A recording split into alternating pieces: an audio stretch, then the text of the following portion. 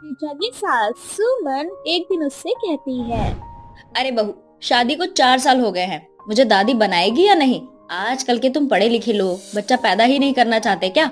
अरे माँ जी, ऐसी बात नहीं है। जब मुझे और विनोद को लगेगा कि हमें बेबी करना है तो हम कर लेंगे। अब दुनिया वाले और समाज वालों को दिखाने के लिए तो हम बच्चा पैदा नहीं कर सकते ना, क्योंकि जिम्मेदारी तो हम दोनों को उठानी है ना। और आपको तो पता ही है कि अभी मेरे और विनोद की जॉब का क्या सीन है। सीन चाहे जो भी हो, तुम दोनों मियाँ बीवी तो ऑफिस चले जाते हो। सारा दिन घर पर मैं अकेली रहती हूँ। मुझे इस घर में बच्चा चाहिए, वो भी जल्द, वरना मैं तीर्थ यात्रा पर चली जाऊंगी और वहीं रह जाऊंगी हमेशा के लिए। दोबारा नहीं आऊंगी कभी। माँ जी, आपके सीन से ना इस घर में बच्चा पैदा नहीं होगा। और हाँ, एक बात ना आप हमेशा याद रखना, ये जो आजकल के लोग हैं ना, जो आपको दो चार बातें सुना कर जाते हैं कि आपकी बहू को इतना समय हो गया, उसका बच्चा नहीं हुआ, तो ना इन बातों में ध्यान देना आप बिल्कुल बंद कर दो। और इन आसपास के लोगों के साथ उठना बैठना भी बंद कर दो, क्योंकि इनको हमारे घर की कोई सिचुएशन नहीं पता जो हमें मालूम है। मेरे आसपास ना जितने भी लोग हैं उन सभी के घर में एक नन्हा मुन्ना बच्चा है, और मुझे भी अपने घर में बच्चा चाहिए। अगर ऐसा नहीं हुआ ना तो मैं सच में ये घर छोड़कर चली जाऊंगी। अच्छा ठीक है, विनोद को आने दो, मैं उससे बात करती हूँ इस बारे में। शाम को दोनों पति पत्नी ऑफिस से घर आ जाते हैं, जिसके बाद ऋचा अपने पति विनोद से इस बारे में बात करते हुए उसे कहती है। तुम्हारी माँ की ना ऐसी जिद है कि उन्हें अब इस घर में बच्चा चाहिए, और अगर बच्चा नहीं मिले तो वो घर छोड़कर चली जाएंगी। अब बताओ, ऐसा करने से काम चलेगा क्या? वैसे ऋचा माँ बिल्कुल सही कह रही है। शादी को 4 साल हो चुके हैं, अब हमें एक बेबी कर लेना चाहिए, क्योंकि मेरा भी मन करता है कि अब मुझे कोई पापा बोलने वाला हो। अच्छा, तो प्लानिंग तुम्हारे अंदर भी चल रही है। अब अगर माँ जी भी तैयार है, तुम भी तैयार हो, तो फिर मुझे भी कोई दिक्कत नहीं है, मैं भी तैयार हूँ फिर। ठीक है, फिर शुरुआत आज ही कर दें क्या? हाँ बिना। ऐसे ही समय बीतता जाता है। कुछ ही समय बाद ऋचा प्रेग्नेंट हो जाती है। इस खुशी से सुमन बहुत ज्यादा खुश होती है। वो अपने आसपास सभी लोगों में मिठाइयाँ बंटवाना शुरू कर देती है।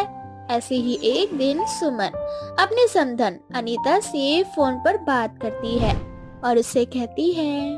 अरे अनीता बहन, तुम्हारी बिटिया माँ बनने वाली है और तुम नानी बनने वाली हो। मैं तो कहती हूँ कुछ दिनों के लिए यहाँ आ जाओ, तुम्हारी बेटी को भी अच्छा लगेगा। अरे ये तो बहुत अच्छी बात है कि मैं नानी बनने वाली हूँ। बहुत समय बाद ही खुशियाँ मेरे पास आई हैं। वैसे फिलहाल कुछ दिनों से मेरी तबीयत ठीक नहीं चल रही है। जैसे ही मेरी तबीयत में सुधार आएगा मैं अपनी बेटी से मिलने आ जाऊंगी। क्या हो गया बहन, तुम्हारी तबीयत तो ठीक है ना? अरे बहन, कुछ भी समझ में नहीं आ रहा। उल्टियाँ, चक्कर, अजीब अजीब सा मन हो रहा है मेरा। हे भगवान, प्रेग्नेंट मेरी बहू है। प्रेगनेंसी वाले लक्षण तो आपके अंदर दिखाई दे रहे हैं। कहीं ऐसा तो नहीं कि भाई साहब ने? अरे नहीं नहीं बहन, बुढ़ापे में तो ये सब लगता ही रहता है। कुछ उल्टा पुल्टा खा लिया होगा, इस वजह से मेरी तबीयत ठीक नहीं है। चलो ठीक है, अपना ध्यान रखना। ऐसे ही कुछ दिन बीत जाते हैं। ऋचा की माँ की तबीयत दिन प्रतिदिन खराब होने लगती है। ये देखकर ऋचा अपनी माँ के पास जाती है और उसे पास के ही अस्पताल में ले जाती है। चेकअप के दौरान पता चलता है कि ऋचा की माँ बनने वाली है। ये खबर सुनकर ऋचा को बड़ा ही अजीब लगता है। तो वहीं ऋचा की माँ अनीता को बहुत ज्यादा शर्मिंदगी महसूस होने लगती है। दोनों माँ बेटी किसी तरह से घर आ जाते हैं।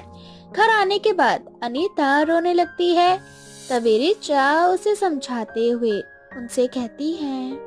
देखो माँ, जो होना था वो हो गया। सिचुएशन ऐसी है कि आप अब अबॉर्शन नहीं करवा सकते, और आपको अब बेबी रखना ही होगा अपना। और इसमें शर्म वाली कोई बात नहीं, बच्चा पैदा करने की कोई उम्र नहीं होती। लेकिन बेटा, तेरे ससुराल वालों को जब पता चलेगा कि बुढ़ापे में मैं माँ बनने वाली हूँ, तो वो मेरा बहुत मजाक बनाएंगे। माँ, मैं हमेशा से बोलती हूँ कि दुनिया क्या बोलती है इस बारे में, हमें इससे कोई फर्क नहीं पड़ना चाहिए। मेरे ससुराल वाले अगर आपका मजाक बनाते हैं तो बनाने दो। ये सब कुछ ना कुछ टाइम के लिए रहता है, उसके बाद सब कुछ शांत हो जाता है, सब भूल जाते हैं जब उन्हें एक नई खबर मिलती है तो। ऐसे ही समय बीतता जाता है। जब ये बात सुमन को पता चलती है तो वो अपने समधन का खूब मजाक बनाती है और अपने समधन से कहती है। हाय राम जी, इनको बुढ़ापे में जवानी चढ़ रही है। एक तरफ बेटी माँ को नानी बना रही है तो दूसरी तरफ माँ अपनी बेटी को बहन बनाने का सुख दे रही है। वाह रे दुनिया, आजकल के लोगों में तो शर्म ही नहीं बची। कैसी बातें कर रही हैं आप? और अगर मेरी माँ बनने वाली है तो इसमें शर्म की कोई बात नहीं है। कभी कभी क्या होता है, जो होता है अच्छे के लिए होता है, और इसके पीछे भगवान का क्या अच्छा छिपा है कोई नहीं जानता। इसीलिए इस बारे में कुछ ना ही बोलो तो बेहतर होगा आपके लिए। मैं क्या बोलूं, तेरी माँ को शर्म नहीं है क्या? अरे दुनिया वाले तो मजाक बनाएंगे ही, ये सब करने से पहले ना 50 बार सोचना चाहिए था उनको। अब ऐसे ही समय बीतता जाता है। रिचा और उसकी माँ दोनों को देखते ही देखते 9वां महीना लग जाता है। दोनों को एक ही दिन लेबर पेन होता है और दोनों को एक ही अस्पताल में एडमिट कराया जाता है। रिचा की कंडीशन बहुत ज्यादा बुरी थी। थोड़ी देर बाद डॉक्टर बाहर आते हैं और सुमन से कहते हैं, जी देखिए, आपकी बहू की हालत बहुत खराब है, हमें बच्चा और माँ दोनों में से एक को बचाना होगा। जी देखिए, मेरी बहू को बचाना, बच्चा तो बाद में भी हो जाएगा। जी देखिए, अब कोई गारंटी भी नहीं है आगे आपकी बहू दोबारा माँ बन पाए। हे भगवान, ये क्या हो गया मेरी बहू के साथ? डॉक्टर रिचा का ट्रीटमेंट करते हैं तो वहीं दूसरी तरफ अनीता एक बहुत ही सुंदर सी बेटी को जन्म देती है। ऐसे ही थोड़ी देर बाद रिचा का इलाज हो जाता है, जहां उसका बच्चा अभी दुनिया में नहीं था। जब ये बात अनीता को पता लगती है तो वो अपना बच्चा अपनी समधन को देते हुए उनसे कहती है, समधन जी, ये मेरी बेटी आप मेरी बड़ी बेटी को दे देना। बड़ी बहन भी तो माँ के समान होती है। और रिचा को कभी मत बताना कि उसका बच्चा मरा हुआ पैदा हुआ, वरना उसकी हालत बहुत खराब हो जाएगी। मुझे माफ कर देना समधन जी, मैंने आपका बहुत मजाक बनाया। आज यही बनाया हुआ मजाक मेरी बहू की खुशियों को वापस कर रहा है।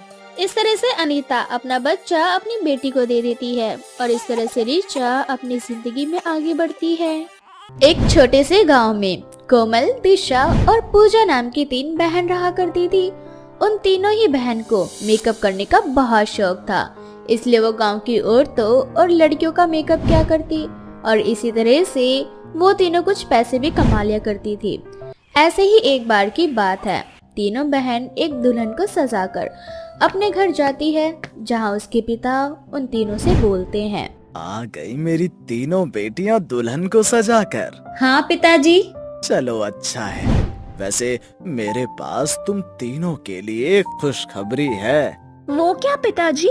जिस तरह से आज तुम तीनों बहन एक दुल्हन को सजाकर आई हो, ठीक उसी तरह से बहुत जल्द तुम तीनों बहन भी दुल्हन बनने वाली हो।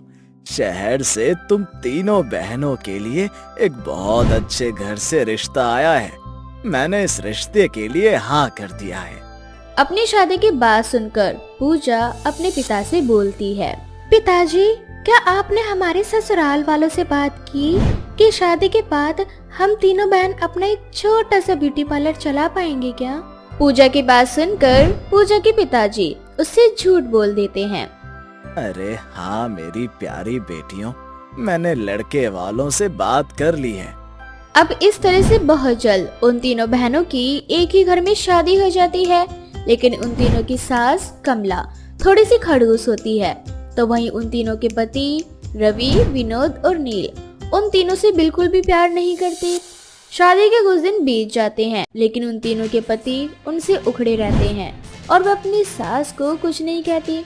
और ऐसे ही एक दिन, दीदी, पिताजी ने कहा था कि शादी के बाद हमारे ससुराल वाले हमें अपना खुद का एक छोटा सा पार्लर चलाने देंगे, लेकिन हमारी शादी को 2 महीने हो चुके हैं और हमारे पतियों में से तो हम में से सही से बात भी नहीं की, और माँ जी हमें हर छोटी गलती के लिए डांटती रहती है। पूजा तो बिल्कुल ठीक कह रही है, और मेरा तो मेकअप करने का बहुत मन कर रहा है। मेरे हाथों में तो खुजली हो रही है कि अब मैं किसी को सजाऊं। तुम दोनों बिल्कुल सही बोल रही हो। जब से हम तीनों इस घर में बहू बनकर आई है ना, तब से हमने एक भी बार किसी का मेकअप नहीं किया। मैं एक बार माँ जी से बात करके देखती हूँ, क्योंकि मैं जानती हूँ माँ जी जितना ऊपर से सख्त दिखाई देती है ना, अंदर से उतनी ही नरम है। कोमल हिम्मत करके अपनी सास कमला के पास जाकर बात करती है। माँ जी, हम तीनों को मेकअप करने का बहुत ही ज्यादा शौक है, और माँ जी हम तीनों बहनों का गांव में एक छोटा सा ब्यूटी पार्लर भी था। हाँ बहू, मैं सब जानती हूँ कि किस तरह से तुम तीनों बहन गांव में रहकर लोगों के मुंह पर मेकअप थोपा करती थी। फिलहाल तो तुम मुझे ये बताओ कि तुम यहाँ क्यों आई हो?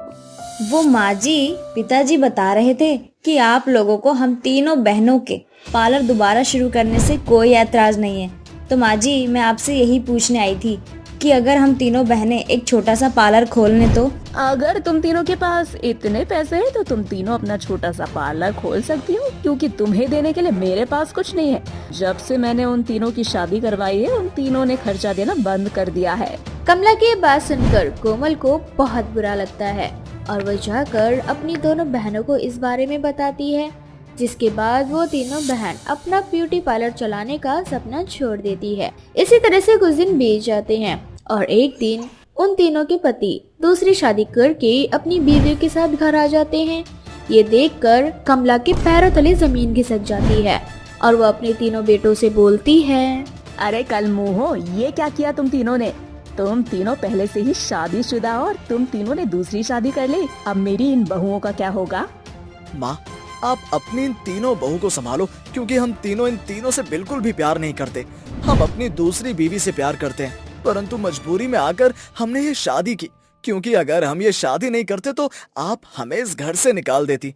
परंतु शादी होने के बाद ये घर पूरी तरह से हमारे नाम है, इसीलिए अब आप इन तीनों बहू के साथ हमारे घर से निकल जाओ। आप ये क्या कर रहे हैं? ये घर माँ जी का है और आप माँ जी को घर से बाहर निकाल रहे हैं। हम सिर्फ माँ को ही नहीं, तुम तीनों को भी इस घर से निकाल रहे हैं। अब तुम तीनों बहू अपनी सास को संभालो।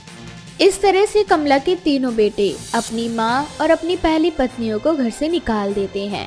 ये सब देखकर कमला खुद को कोसने लगती है और दिशा अपनी सास से बोलती है, माँ जी, आप खुद को क्यों कोस रही हैं? आपने तो इन तीनों के लिए पता नहीं क्या क्या किया, परंतु आपके तीनों बेटे ही तो निकम्मे निकले ना। माँ जी, आप चिंता मत कीजिए, हम तीनों बहुएं हैं ना आपके साथ। हम तीनों बहनों को ब्यूटी पार्लर का सारा काम आता है। अगर आप हमें इजाजत दें तो क्या हम हमारे सारे गहने बेचकर खुद का एक छोटा सा पार्लर खोल सकते हैं, ताकि हम अपने घर की आर्थिक स्थिति को चला सकें। इस बार कमला कोमल को मना नहीं कर पाती, जिसके बाद कमला खुद अपने सारे गहने कोमल के हाथ में थमा देती है और कोमल सारे गहने ले जाकर बेच देती है और उनसे मिले पैसों से पार्लर के कुछ जरूरी सामान खरीद लेती है। अब वो तीनों सास बहू किराए पर एक छोटा सा पार्लर ले लेती हैं और उसी में रहकर अपना पार्लर का काम करती है। कुछ दिनों बाद पार्लर में निशा आंटी आती हैं।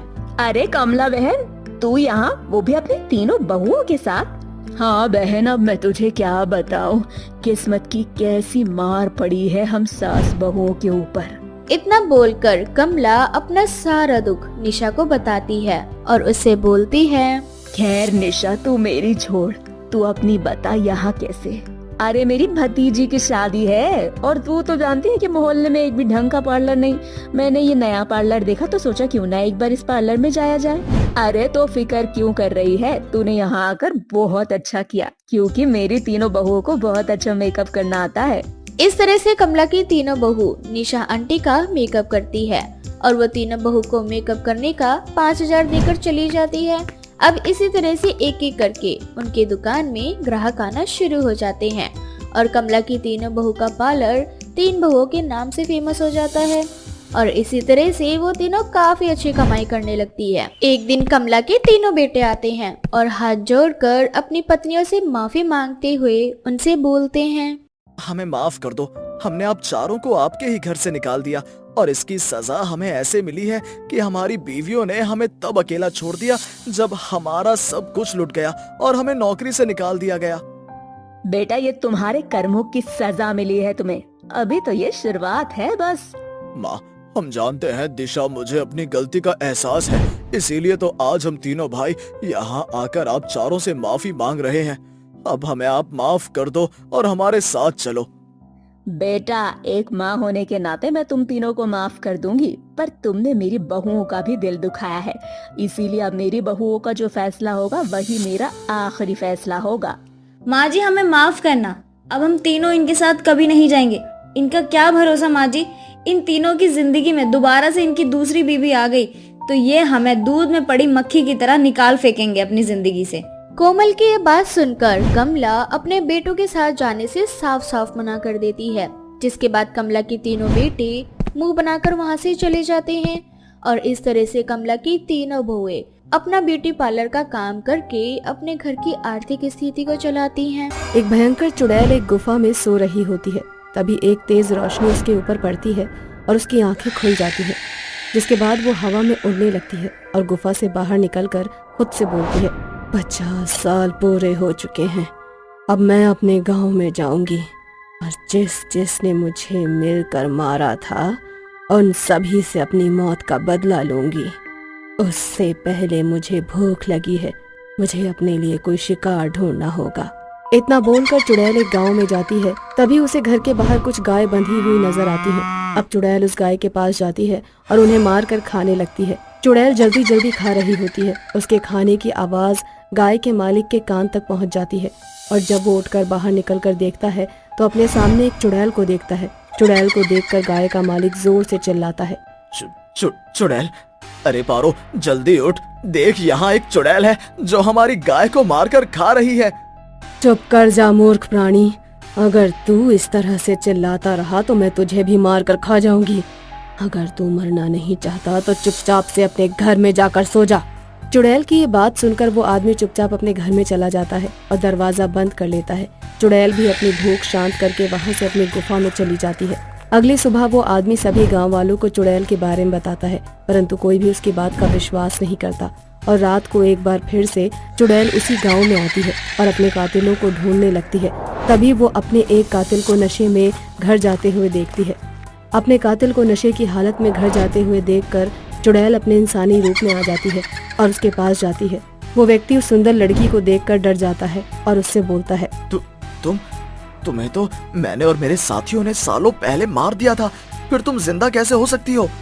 अरे वाह, तुम्हारी याददाश्त तो बहुत तेज है। मुझे तो लगा था कि समय के साथ तुम्हारी याददाश्त कमजोर हो गई होगी, पर तुमने तो मुझे देखते ही पहचान लिया।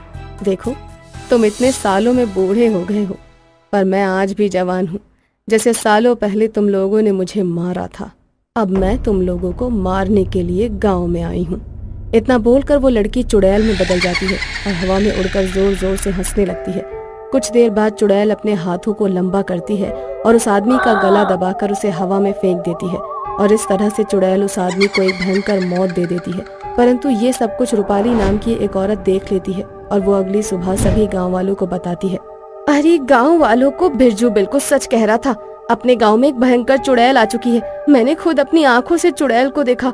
वो एक आदमी को मार रही थी और बोल रही थी कि मैं यहाँ अपनी मौत का बदला लेने आई हूँ। बहन, अगर ऐसा है तो हम सब गांव वालों को अभी गुफा वाले बाबा के पास जाकर उन्हें सारी बात बतानी होगी, ताकि रात को जब वो चुड़ैल हमारे गांव में आए तो बाबा उसे अपने चंगुल में कर सके। अब सभी गांव वाले गुफा वाले बाबा के पास जाते हैं और उन्हें सारी बात बता देते हैं। जिसके बाद रात को वो बाबा गाँव में छोटी सी पूजा करता है। उसी समय चुड़ैल अपनी मौत का बदला लेने के लिए गाँव में आती है, जहाँ वो अपने एक और कातिल को देखकर उसके पास उसे मारने के लिए जा ही रही होती है कि तभी तांत्रिक बाबा उसे अपने वश में कर लेते हैं और एक घेरे में कैद कर देते हैं। जिसके बाद बाबा उस चुड़ैल से बोलते हैं, कौन है तू और क्यों यहाँ के बेगुनाह बूढ़े लोगों को मार रही है? बेगुनाह बूढ़े ये सब? बाबा, तुझे नहीं पता, पर ये बूढ़े बेगुनाह नहीं बल्कि मेरे कातिल हैं। आज से कुछ साल पहले नीलम नाम की लड़की अपने प्रेमी अतुल से विवाह कर रही होती है कि तभी वहां पर कुछ लड़के आते हैं और अतुल को अगवा करके वहां से ले जाते हैं। उन्हीं में से एक गुंडा, जो उन गुंडों का सरदार होता है, वो नीलम का हाथ पकड़कर उससे बोलता है, मैंने कहा था ना नीलम तुझसे कि तेरी शादी सिर्फ और सिर्फ मुझसे होगी। अगर तूने मुझसे शादी नहीं की तो मैं तुझे किसी से शादी करने नहीं दूंगा। अब तू अपने अतुल को जिंदगी भर ढूंढेगी, पर तुझे तेरा अतुल नहीं मिलेगा। और मैंने भी तुमसे कहा था कि मैं तुमसे नहीं अतुल से प्यार करती हूँ और उसी से शादी करूंगी। इतना बोलकर नीलम उस गुंडे के हाथ से छुरा लेकर खुद को मार लेती है और मरने से पहले उन सभी गुंडों से बोलती है, मैं वापस आऊंगी तुम सभी से अपनी मौत का बदला लेने और फिर मैं अपने अतुल से शादी करूंगी। अब तू ही बता बाबा, कौन है बेगुनाह और कौन है गुनहगार? अगर तुम सब चाहते हो कि मैं तुम लोगों की जान ना लूं, तो तुम लोग मेरे अतुल को ढूंढ कर लाओ और मेरी शादी उससे करवाओ। जब मेरी शादी अतुल से होगी तभी मुझे शांति मिलेगी, और अगर तुम गांव वालों ने मेरी शादी मेरे अतुल से नहीं करवाई तो मैं अपनी मौत का बदला इन गुंडों के साथ साथ तुम सभी गांव वालों से भी लूंगी। मुझे तुम्हारी कोई तंत्र विद्या शक्ति रोक नहीं सकती, क्योंकि मैंने 50 साल सोकर तप किया है और अब मेरे पास बहुत सारी शक्तियां हैं। इतनी शक्तियां कि मैं अभी इसी वक्त यहाँ से आजाद हो सकती हूँ और तुम सबको चुटकियों में मसल सकती हूँ। ठीक है, पर तुझे भी हमसे वादा करना होगा कि तू अपने अतुल से शादी करके इस दुनिया से, हमारे गांव से हमेशा के लिए चली जाएगी। वादा करती हूँ। अब वो चुड़ैल वहाँ से गायब हो जाती है और सभी गांव वाले उन गुंडों को पकड़कर उनसे अतुल के बारे में पूछते हैं। अरे तुम गुंडों की वजह से ही हमारा पूरा गांव बदनाम है और आज तुम्हारी वजह से हमारा पूरा गांव मुसीबत में आ चुका है। अब तो बता दे कि तूने उस चुड़ैल के बुड्ढे को कहाँ रखा है। अरे उस चुड़ैल को मरे हुए 50 साल हो चुके हैं और अब तक तो उसका प्रेमी बुढ़ा भी हो चुका होगा। अरे पर मैंने उसे पागल बनाकर दूसरे गांव में भेज दिया था। अब वो पागल बुढ़ा किसी गांव में भटक रहा होगा। मैं नहीं जानता। गांव वालों, अब हम गांव वालों को ही कुछ करना पड़ेगा। उस चुड़ैल के बुड्ढों को ढूंढना होगा। इतना बोलकर वो सब लोग अतुल को ढूंढने के लिए अलग अलग गांव में चले जाते हैं।